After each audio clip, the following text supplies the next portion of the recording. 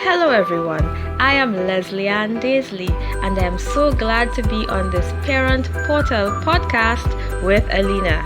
And today we'll be talking about creativity, and as a teacher I hope you will be inspired to do much with your family as a result of the podcast today.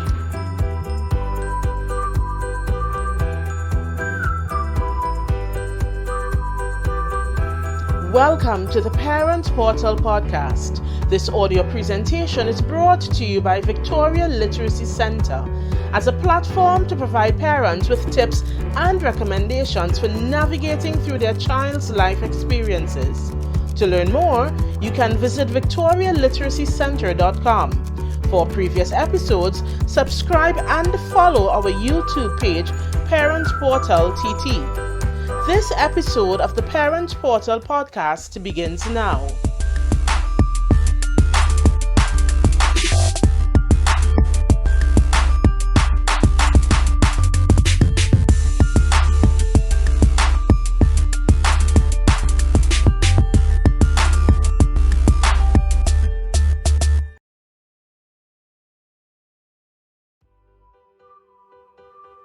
Welcome to yet another informative episode of the Parent Portal podcast. Today we have guest Leslie-Ann Daisley, owner of a very exciting and interesting business, and she's going to tell us a bit about that. And she's joining us today, taking time to share with us the reasons why creativity should be encouraged among our children. So, hi, good day, Leslie-Ann, and welcome. Good day, Alina, and I am so very happy to be here. Yeah, so can you tell us, just really in a short snippet, tell us about you and your business and what you're representing as you contribute to this conversation? Not a problem. My name, as previously mentioned, is Leslie-Ann Daisley. I am a teacher. I have been teaching for 20 years. A little over 20 years. I started the teaching profession in September of 1999. My first location was in Mayaro Composite School. I also have a business. The name of this business is called Inspiré par Dieu. And in English, it means inspired by God. And this business, yes. And this business has been inspired by Almighty God, hence the name. And all honor and glory goes to Him. Right. And teaching is a very eventful profession. Yeah. It's not something that is routine. Every day will not be the same as the day before. Right. And so, of course, we're joining together today, Leslie, and as we chat about creativity. And I know for so many out there, when they think of creativity, they think of performing arts. They think of only dancing or only music. But even as you share with us this evening, when you think about creativity, can you give our audience some light on really what creativity is all about? Not a problem. Creativity is basically using the brain that God has blessed us with. We know that they say that, we only use 10% of our brain. So what is happening to the other 90? Well, creativity is actually using new channels. How does the brain actually work? Well, you have things in the brain called dendrites, neurons, and they connect to each other, right? So when you're being creative, you are actually making a new pathway in your brain. For instance, we all know there are roads, and roads take us to various destinations. Yes? Yeah. So being creative is using a new road, taking you to a new destination, something that was not there before. Being creative is using your inspiration, your ideas, your intelligence to create, to make something new that wasn't there before, that you could utilize or that other people could utilize. So it sounds, Leslie-Ann, that regardless of whether your kids like music or not, based on what you're sharing with us today, creativity should be part of life. Exactly. And you know what, Alina? I think people may want to, put creativity in a box, but everybody is creative because, you do different things every day, and you may not think of it as being creative, but it is you using, your thought patterns and your ideas to do something new. So Leslie-Ann, if it is we're saying that creativity at the core is about using the brain to do something new, create new channels, from the perspective of a parent, why should parents be concerned about the development of creativity among their children? Why should they be concerned about whether or not their child is creative? Okay, a parent should be concerned because a parent loves their offspring and a parent wants what is best for their offspring or their child or children.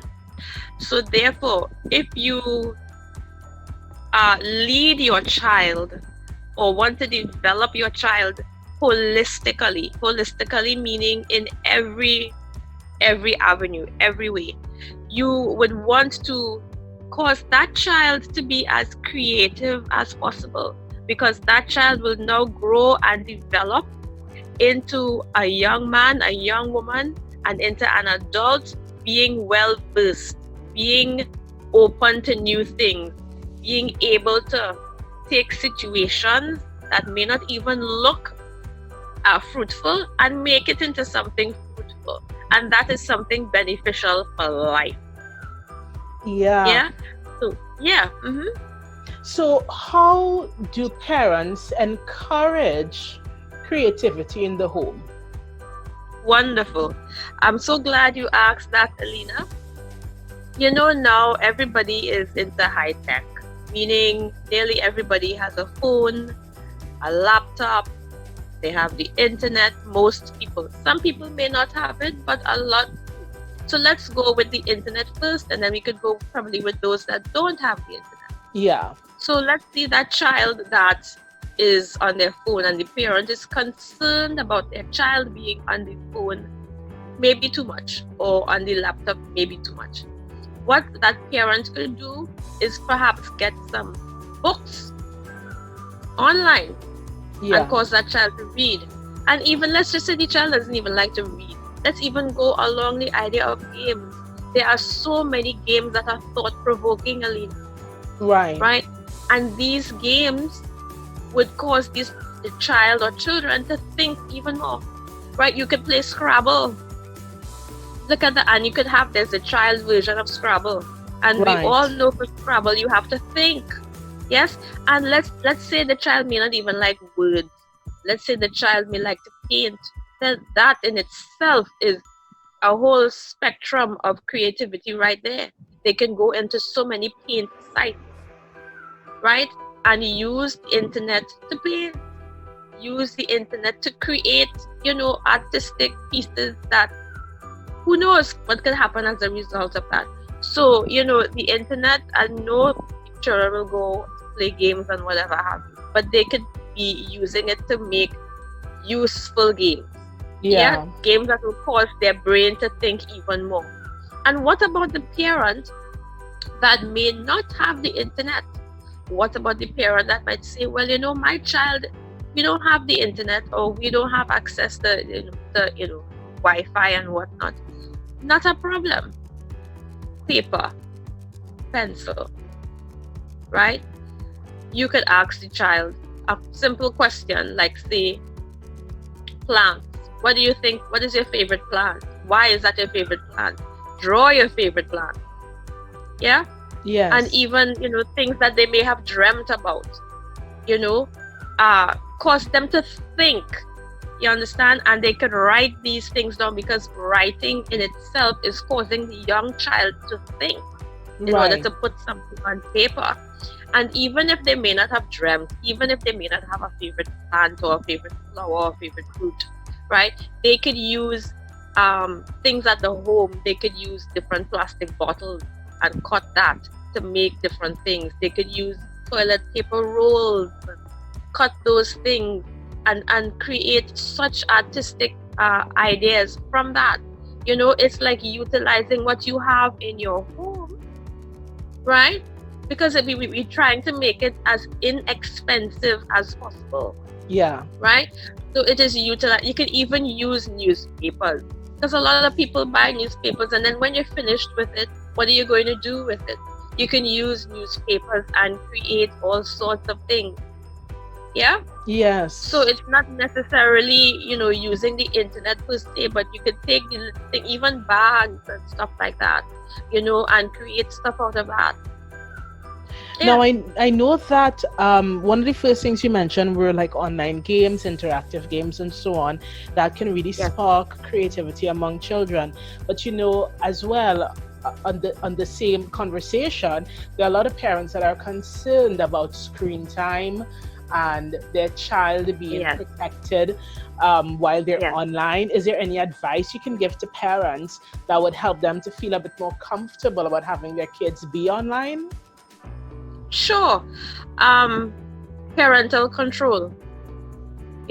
Just like how in school there's a timetable, and like for 40 minutes you have maths, and for 40 minutes, well, I teach in the secondary school, right? So like for 40 minutes you'll have English, or you will have it for a double period.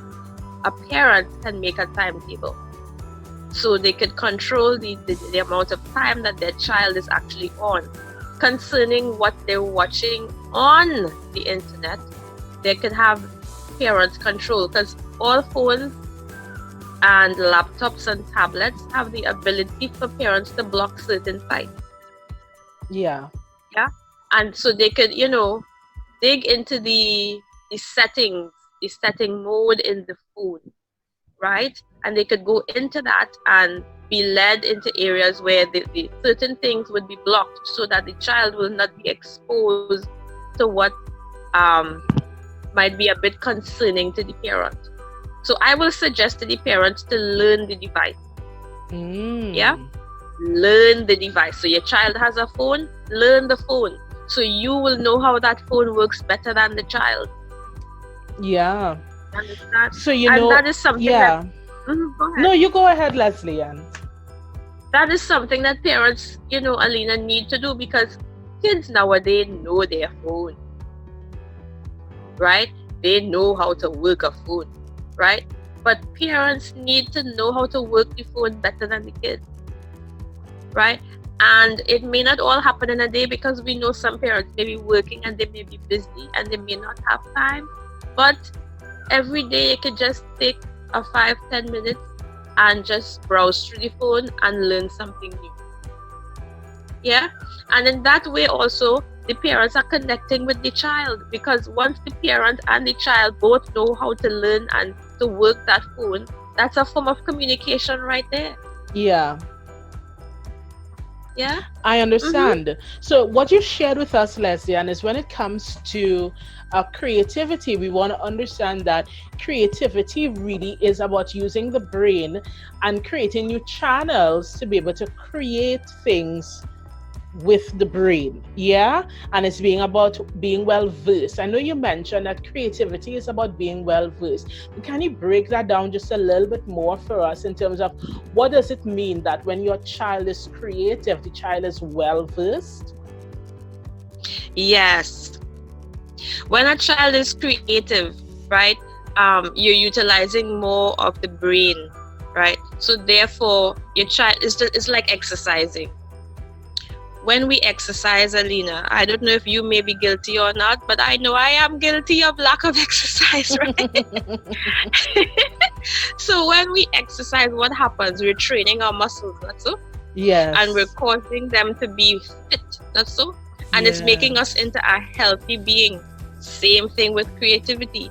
The only thing that you're training right now is your brain. As you correctly said that I said, you're creating new patterns, right? You're making them more versed. Making them more versed is causing them to understand things better. For instance, if a child is reading a book and they don't understand the meaning of a word, look it up. Yeah. Look it up. Look up the meaning. That's causing them to be more versed. So when they see the word again, they will understand what it means. If they're playing a game and they may have lost the first game, right? When they play again, they will know different strategies and different tactics to be able to conquer and to beat the opponent in the next level. That is making, new waves, because that's learning, that's developing, and you're growing. Yeah. Yes. So those are different ways that, creativity can help to enhance any young child into being a better person, right? A knowledgeable child is a wise child and is, an attractive child. Right. When a child is versed and they know what they're talking about, you can't sway that child anyhow. And you and I know children, they speak just what they speak. They don't put any water in their mouth. They will say what they have to say. Right? Yes. And a well-versed child, a knowledgeable child, would be a child that you can't sway easily. And that's a child that you want to have, So you'll be more secure in the development of that child, and when that child goes different places or whatever. And all that could result from being creative, from utilizing more of your brain. And of course, as we continue to recap, you mentioned, in addition to online interactive games and so on, stirring creativity doesn't always have to be online. There are many things that can be done in the home that stirs creativity within our kids, which should include using recyclable items, creating art pieces, whether it's a plastic bottle, writing, drawing, and the like. And we want to remind parents, as it pertains to the online interactive, that as a parent, you buy the device. It means you can choose to purchase devices which give you parental control, so that you could determine what your children would be exposed to when they use their phones, tablets, or other devices. Yeah. So Leslie-Ann, even as we close, could you quickly share with us and tell us, does creativity ultimately impact academic learning? Oh, most definitely. It definitely impacts academic learning, because it causes the child to be more confident, first of all. And what I have realized as a teacher in my school is that lack of confidence really brings down the learning ability of a child. Yeah. Because they will say, well, Miss, I can't do that. For instance, let's say math. Well, I teach science. And science may be a bit challenging for the natural child, right? But a child will approach science and say, Miss, this subject just hard, I can't do that. And they will just totally block it off. You understand? Yes. But if that child has been exposed to things that they have already conquered, if that child has been taught, you know what, you can do this. It might take a little work, it might take a little bit of effort, but look at what you did over the past week. Look at what you did during COVID.